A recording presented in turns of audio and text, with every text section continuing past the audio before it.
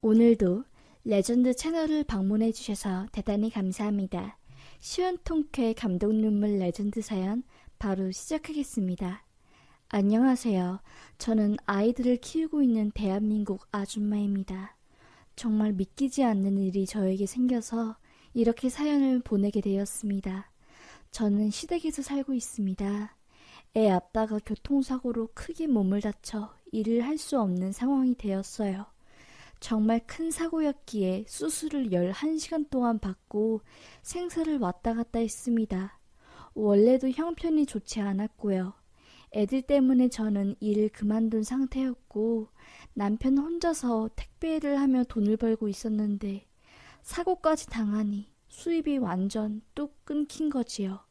가해자 측에서는 병원비 줄 돈 없다고 정말 말도 안 되게 뻔뻔하게 나오는 상황이었고요.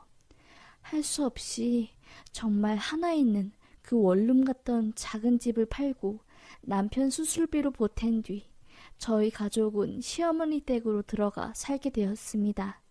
어머님이 아이들을 돌봐주시고 저는 중환자실 면회가 가능한 시간에 맞춰 계속 병원에 들락날락했어요.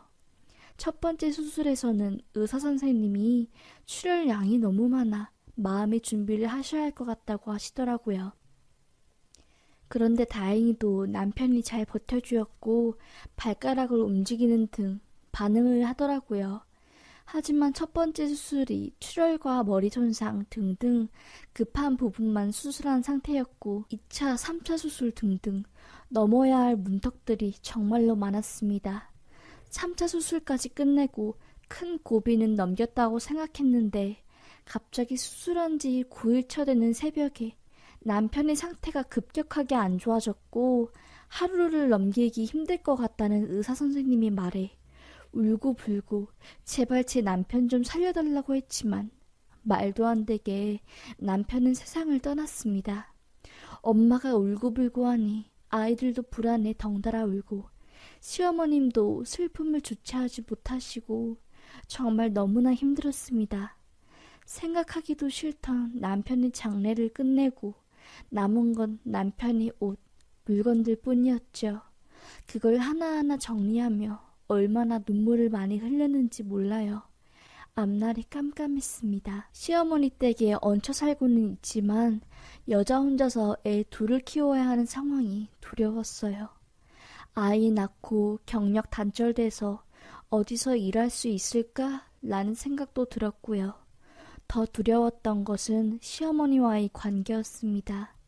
시어머니 성격이 굉장히 까칠하시고 무뚝뚝하세요. 평소에도 저희 부부에게 바라는 게 굉장히 많으신 분이셨고요. 남편에게는 내가 널 키워줬으니 다달이 얼마를 내놓아라 등등 특히 돈 관련해서 엄청 예민하고 인색하셨고요. 원체 없이 살았으니 그러려니 했지만 제가 좀 안 좋게 본 부분은 남편이 젊었을 적 시아버님이 일찍 돌아가셨는데 어머님이 시아버님이 돌아가셨는데도 크게 슬퍼하는 기간도 없이 정말 금방 다른 남자를 만나셔서 남편이 상처를 받았다. 뭐 그런 이야기를 들으니 섣불리 판단하면 안 되지만 썩 좋은 분으로 보이지는 않더라고요. 그럼에도 불구하고 당장 어디 집을 구할 목돈이 나올 구멍이 없으니 깝깝했지요. 그래도 일단 일을 안 할 수 없으니 근처 마트에 파트타임 계산원으로 일하게 되었습니다. 새벽에 일어나서 애들 밥 차리고 학교 보내고 중간에 집에 잠깐 와서 저녁 반찬 해놓고 다시 일 나가고 정말 지친 하루하루가 반복되었지요. 어머님도 아들이 그렇게 같다는 사실에 충격을 받으셨는지 저에게 말 한마디 안 거시고 오히려 절 나무라듯이 뭐라고 하는 순간들이 더 많았지요. 남편이 이렇게 떠난 것도 억울한데 시어머니한테 미움까지 받는 느낌이 들어서 서러웠습니다. 빨리 돈을 모아서 애들이랑 작은 방이라도 구해서 나가야지 싶었고요. 친정은 경남이라 애들 학교도 친정은 갈 수도 없고 그렇게 저는 마트집을 하나 살아가고 있었습니다. 원래는 일을 하고 오면 정말 다리가 퉁퉁 붓고 허리를 숙이고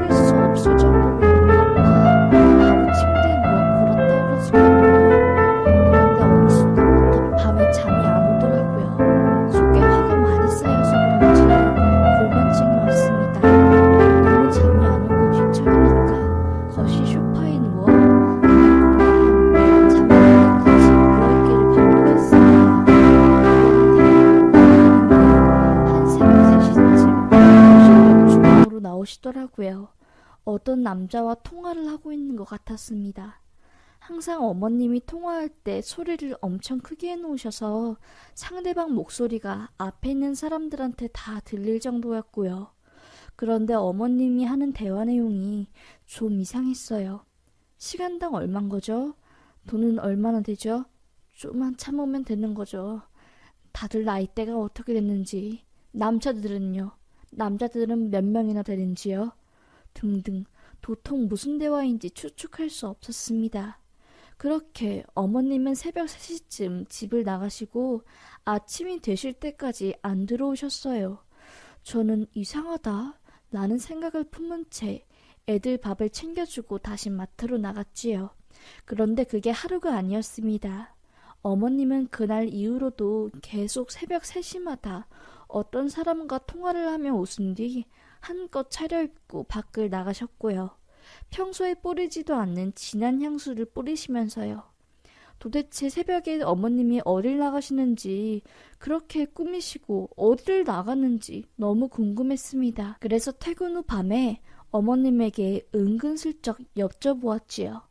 어머님, 요즘 아침에 안 보이시던데 어디 가시는 거예요? 뭐 새벽 기도라도 나가세요? 라고 하니 정말 화들짝 놀라면서 본인이 어딜 가던 말던 뭔 상관이냐고 불편해 죽겠다고 하면서 그래, 새벽 기도 간다. 새벽 기도 가서 우리 아들 하늘에서 좀 편하게 쉬어달라고 기도한다. 됐니? 라고 하며 신경질을 내시는 겁니다. 좀 황당스러웠지요. 그냥 물어봤을 뿐인데 신경질을 내시다니 어이없고 더 이상 물어보기도 싫었습니다. 그날 이후로도 어머님은 새벽마다 없어지셨고요.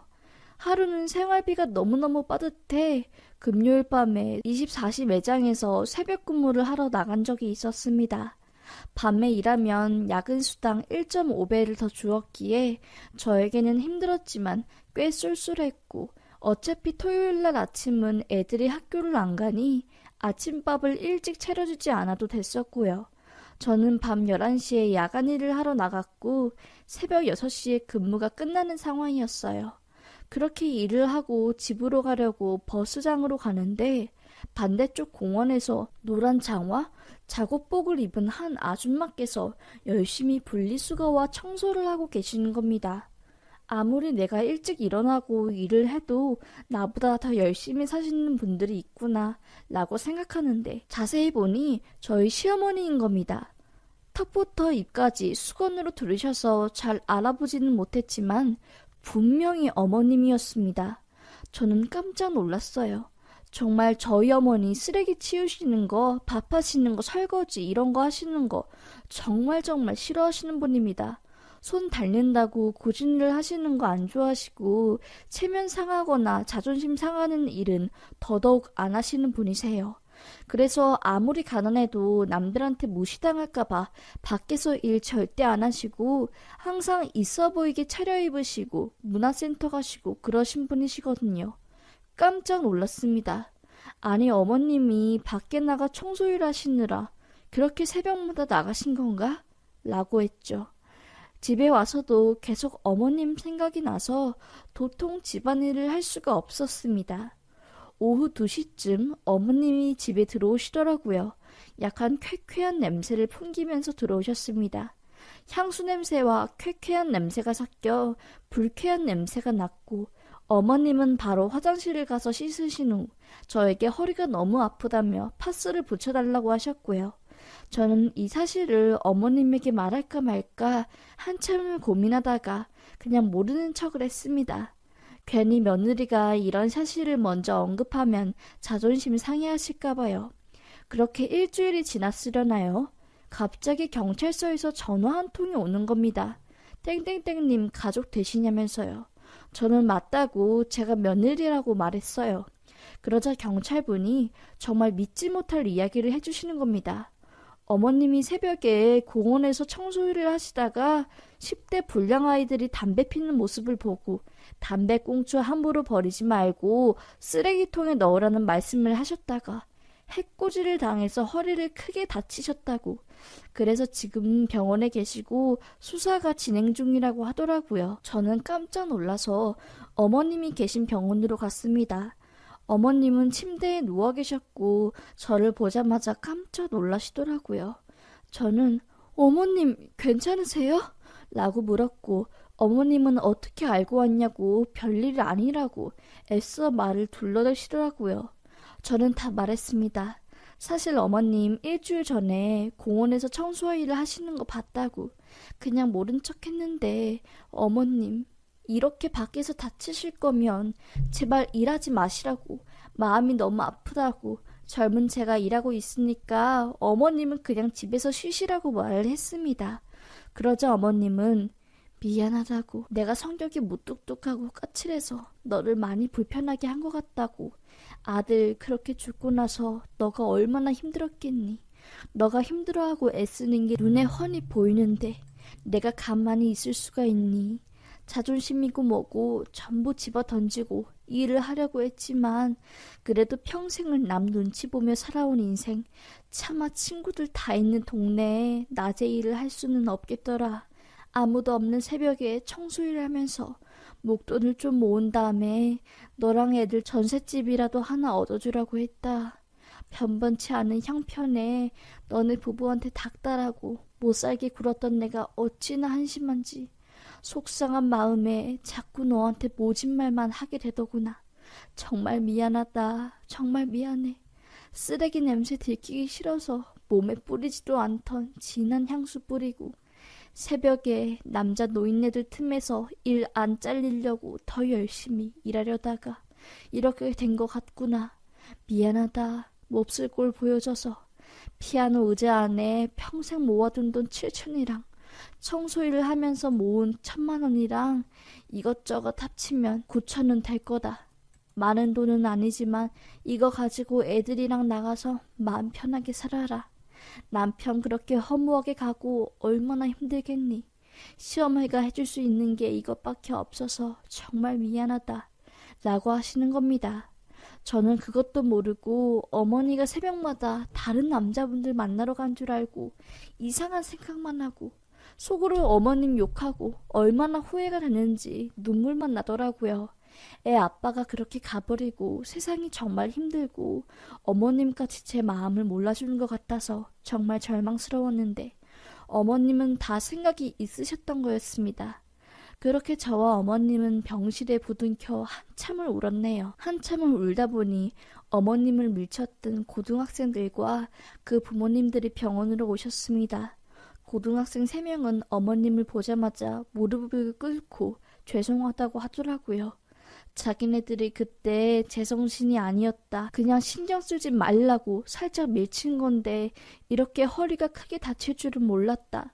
정말 죄송하다고 하며 한 명은 죄송해서 눈물을 흘리고 2명은 앞을 못 보고 연신 죄송하다고 말하더라고요.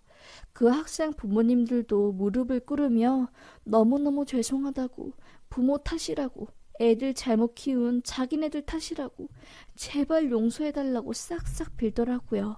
어머님은 됐다고 괜찮니 다시는 그러지 말라고 하며 용서해 주셨습니다. 다행히 어머님은 물리치료와 통원치료를 받으며 허리 상태가 많이 호전된 상태였고요. 저는 아이들이 조금 더 클 때까지 서울 어머님 집에서 살기로 했습니다. 어차피 애들 클수록 돈 많이 드니까 목돈은 그때 쓰는 걸로 했고요. 어머님과 저는 그렇게 쌓였던 오해를 풀고 지금은 정말 서로를 의지하고 같은 상처를 공유하며 잘 살고 있습니다. 같은 상처를 공유하고 서로를 견디고 이겨내며 살아가는 게 얼마나 큰 힘이 되는지 이제야 알게 되었네요. 정말 어머님이 그 마음이 너무나 감사했습니다. 저는 아무리 힘들어도 애들과 가족 생각하며 꿋꿋하게 살아가렵니다. 여러분들도 제 사연 들어주셔서 정말 감사합니다. 우리 같이 힘내며 살아요. 항상 행복하시길 바랍니다.